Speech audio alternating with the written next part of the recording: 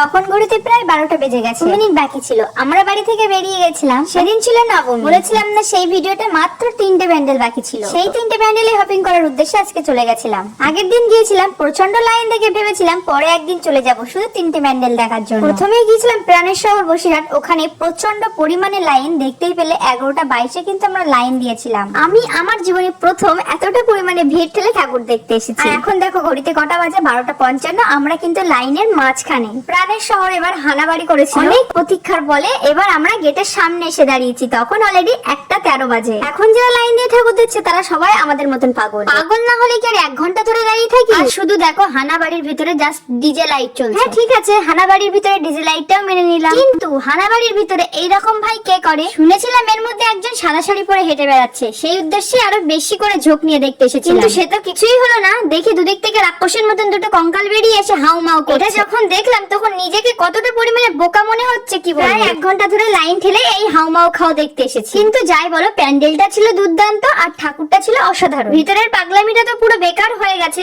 ঠাকুরটা দেখেই শান্তি পেলাম। তারপর ওখান থেকে বেরিয়ে প্রান্তিক চলে এসেছিলাম, তখন ঘড়িতে অলরেডি 1:33 বাজে। হানাবাড়ি যে পরিমাণে লাইন ছিল, ভিড় ছিল, প্রান্তিকে কিন্তু অনেকটাই ফাঁকা ছিল, তাই দুজনে বেশ গল্প করতে করতে ফাঁকার মধ্যে দিয়ে চলে গেলাম। ফাঁকা থেকে একটু ফটোও তুলে নিয়েছি। আমাদের ফটো তুলে দেখে এক বোন এসে বললো, দাদা একটু ফটো তুলে দেবে। অনেকের হয়তো মনে হতে পারে বর ফটো তুলে দিচ্ছে অন্য কারণ আর বউ দাঁড়িয়ে রয়েছে, কিন্তু বিশ্বাস করো আমার এটা বেশ ভালো লাগে। এত বড় ভিড়ের মধ্যে কেউ একজন এসে বলছে দাদা আমার একটু ফটো তুলে দেবে, তাকে হেল্প করতে পেরে এটাই ভালো লাগে। তারপর ওখান থেকে দুজনে ঠেলাঠেলি করে ভিতরে ঢুকে গেলাম। প্রান্তিকের ভিতরের দৃশ্যটা জাস্ট আমার অসাধারণ লেগেছে। উপরের দিকে এই শোটা চলছিল আর নিচে কিন্তু আমাদের করুণাময়ী মা দাঁড়িয়ে রয়েছে, সবকিছু মিলিয়ে মিশে জাস্ট ওয়াও। বসিরহাটে প্রায় সব প্রতিমাই দেখেছি, যখন মায়ের চোখের দিকে তাকালাম তো কতটা মায়াময়ী দরদি আছে, ওর ভিতরটা বেশ ভালো লেগেছে আমাদের। আর লাস্ট যে প্যান্ডেলটা হপিং করেছিলাম ওই দিক গ্রিন, আমার বাড়ির পাশে। ষষ্ঠীর দিন যাবো মনে করেছিলাম, ওখানে প্রচন্ড লাইন ছিল বলে আর যাইনি, তাই লাস্ট দিন দেখে বাড়ি এসেছিলাম।